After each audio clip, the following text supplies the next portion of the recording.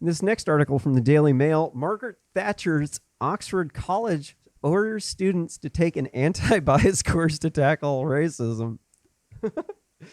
Somerville College is the first Oxford college to introduce anti-bias training. Students and staff must complete a course on unconscious bias. Thatcher read chemistry at Somerville in 1940. The students must complete the course on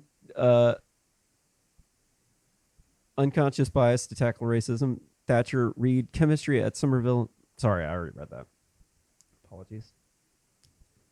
So yeah, the Europeans are lunatics. They don't. So they banned hate speech there in Europe, and so now they use the hate speech laws to target their political enemies. So they also use it to get people to vote for them. And it definitely appears as if they've completely lost it since the pandemic happened. Like, I used to think that Europeans were smart, and I'm reasonably sure that they're all insane now. If you don't think they're all insane, if you could comment at realsimplenews.net/issue 80 so we can get to the bottom of this. I personally think all these anti-racist people are the scourge of the earth. And the reason for that is, first off, racism is free speech. I may not like your speech. I may not agree with it, but I will fight to the death for your right to say it, because if you don't, other people will come for you, and you have to speak for other people. It's often not popular. Adolf Hitler won in a landslide. They had given women voting rights in 1918, and the fascists were a part of the women's suffrage movement, something that most people aren't aware of. And whenever the women got their voting rights, they wanted a strong leader, a charismatic man, and so they elected Adolf Hitler in a landslide. So oppression, fascism, authoritarianism, it does not come from these fringe people that they're saying are hate speech. It absolutely comes from the majority of people. Absolutely. Not only was it the majority of people who were the problem in Nazi Germany, it was the majority of people who were the problem in communist Russia and in the cultural de-evolution in China. You have to look at what the majority of people do with a healthy amount of skepticism. There's a reason why we have the Electoral College in the United States. A lot of people say the Electoral College is not democratic. This is false. There's no truth to that at all, actually. What the Electoral College, and what people don't understand about the Electoral College, is that the reason why they created it was, first, to check the power of the executive office, and two, to give a little bit more voting power to the less populated states, because they wouldn't have joined the Union had they not gotten a little bit of extra say in the government. It helped them keep slavery. That's what helped them keep slavery. That's why they went along with it. So a lot of people have a misconception that they made the Electoral College to keep slavery. That's not true. No, they did it because it's more democratic that way. Counterintuitive, but hear me out. Each state has a government that is elected. They do elections, and they have a sample size.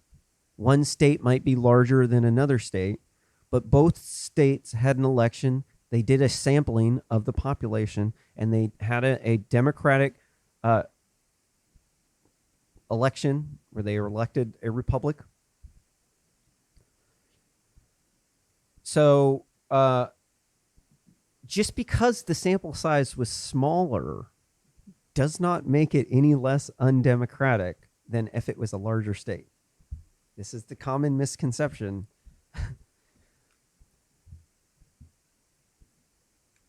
The Electoral College, they have delegates who are either elected through their... I'm not sure exactly how the delegates are elected. I think the state legislature elects their delegate or nominates or something. I think each state can do whatever they want. You have X delegate points, and if you want your delegate points to be allocated based on the popular vote, you can do that. If you want it to be split based on the vote, you can also do that.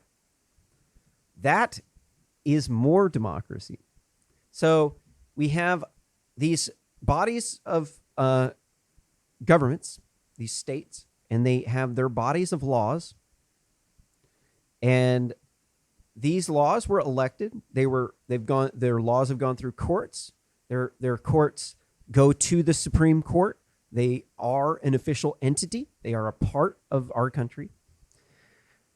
Most of the deaths that happened from communism and Nazism were from people from the city invading the countryside and then killing mass amounts of people. This also, too, is a pattern that has been mirrored in the United States, where it is the black looter mobs with the Antifa, Antifa were originally part of the first group of Nazis. They started out fighting the fascists, and then Hitler won by a landslide, and then they became the fascists. That's the way look it up. Call me out if it's not right. realsimplenews.net/issue 80. But it is. And so these Wham-Man and African American and Kleenex are trying to say that it's the white supremacist white man that's holding them down, and that it's Donald Trump's fault. It's these racist Republicans. But the Republicans are more in rural places. The red states are poorer. The Wham-Man, African Americans, and Kleenex live in big cities, Democrat hellholes. So how is it exactly that it's the white supremacist white man that's holding down the Wham-Man, the African Americans, and the Kleenex in the big cities where they don't live at? Actually, it's the other way around. The people with property in the city sell their house for a lot of money, move out to where they live, and then they jack up the rent by buying houses.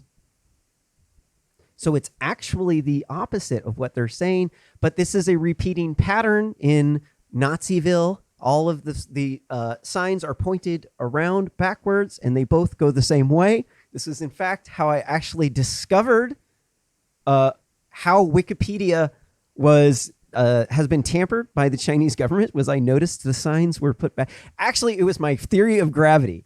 I flipped the signs backwards. That's how I discovered the theory of thermal relativity. Was I flipped the signs backwards. I flipped the thermal gradient backwards, and then all of the math made sense.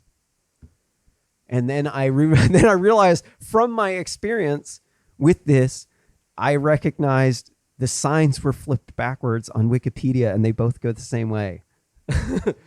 So that's why we now have WikiSpy, a tool for monitoring Wikipedia for tampering by hostile foreign actors and political bias. And if you donate to this show at realsimplenews.net/issue 80, your funds will go to fund further AI research. Also will benefit you in the form of my A startup technology that will bring you artificial memory technology, augmentation technology via AI flashcards, via the WikiSpy and our freedom government, too, through the AI attorneys that are arguing back and forth. Let's see. I have to get through these as fast as possible. There's like a bunch of other shows to do. Whoa! Can't miss this one, huh?